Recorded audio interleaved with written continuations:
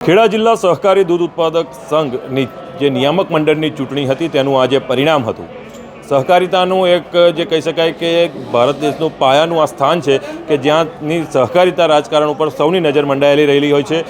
સૌ પ્રથમ વખત વાત કરવામાં આવે તો જે પ્રમાણેની સ્થિતિ હતી અહીંયા ભારતીય જનતા પાર્ટીએ સમગ્ર જે 12 બ્લોક હતા 12 બ્લોકમાં તે તેમના કેન્ડિડેટ ઊભા રાખ્યા હતા અને તે કેન્ડિડેટને જીતાડવાની જે ચૂંટણીની જવાબદારી હતી તે અજય બ્રહ્મભટ્ટના સિરે હતી। અજયભાઈ આપણી સાથે છે। અજયભાઈ, શું કહેશો? સૌ પ્રથમ વખત અમૂલમાં આટલા વર્ષો પછી તમામ બ્લોકમાં ભારતીય જનતા પાર્ટીના ઉમેદવાર ઊભા હોય અને 11 બેઠકો સર કરવામાં આવે, પ્રથમ વખતે જ જે કંઈ ક્લીન સ્વેપ જેવી પરિસ્થિતિનું સર્જન થાય, શું કહેશો? પહેલાં તો સૌ પ્રથમ વખત ભારતીય જનતા પાર્ટી બધી સીટ પર લડી અને જે પાર્ટીના અને સરકારના સર્વોચ્ચ નેતા શ્રીમાન નરેન્દ્રભાઈ મોદી, વૈશ્વિક નેતા કે જેમના પશુપાલક અને ખેડૂતોના હિત માટે જેમણે વિશ્વના તાકાતવર દેશોનો સામનો કરી અને એમને જવાબ આપવાનું કામ કર્યું, આટલા સક્ષમ નેતાના નેતૃત્વમાં જો અમે ચૂંટણી લડતા હોય તો 13માંથી 11 આવી એનાથી પણ અમને સંતોષ નથી। જે 2 સીટો અમે ગુમાવી એનું અમને દુઃખ છે।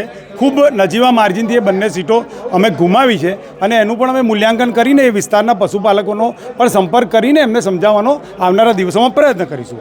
સત્તા સંભાળ્યા બાદ ચેરમેન, વાઇસ ચેરમેન બન્યા બાદ અમે 100 દિવસનો એજન્ડા બનાવીને અમારા ડિરેક્ટરો ડેરીમાં નીચે જશે, ડેરીના લોકોને, પશુપાલકોને મળશે, એમના પ્રશ્નો સાંભળશે અને એનું નિરાકરણ કરવા માટે પ્રયત્ન કરશું।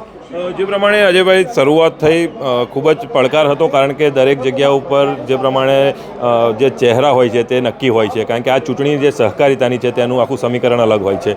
કયા કયા પડકારો સાથે આ ચૂંટણીમાં જે છે આયોજન શરૂ કર્યું હતું ને કયા વિશ્વાસ સાથે આજે આ પરિણામ સુધી પહોંચ્યા છો? ભારતીય જનતા પાર્ટીમાં દરેક સીટ પર 5-7 લોકોએ ટિકિટ માગી હતી, પરંતુ અમારે ત્યાં એક નિયમ છે કે ટિકિટ જેને પણ મળે એને જીતાડવા માટે બધા એક સાથે કામે લાગતા હોય છે। અમારા સાંસદ, ધારાસભ્ય, મંત્રીશ્રીઓ, નાનામાં નાના કાર્યકર્તાઓ એકમત થઈને ભારતીય જનતા પાર્ટીમાં ચૂંટણી લડતા હોય છે। કુલ મળીને શિસ્તને વરેલી આ પાર્ટી એક સાથે એકમત થઈને અમારા વૈશ્વિક નેતા નરેન્દ્રભાઈને નેતૃત્વમાં ચૂંટણી લડે તો આ પરિણામ એ સ્વાભાવિક છે। પરંતુ જે રીતે છેલ્લા વર્ષથી કોંગ્રેસ દ્વારા અમૂલ ડેરી, એની પ્રતિષ્ઠા, એના શાસનને બદનામ કરીને, અમૂલને નુકસાન કરીને બીજી અન્ય પ્રાઇવેટ ડેરીને ફાયદો થાય એવું વાતાવરણ બનાવવામાં આવ્યું। એક પ્રકારનો પશુપાલકોનો ડેરી પ્રત્યેનો અવિશ્વાસ ઊભો કરવા માટે એમણે જે પ્રયત્ન કર્યો એને પશુપાલકોએ જાકારો આપ્યો છે।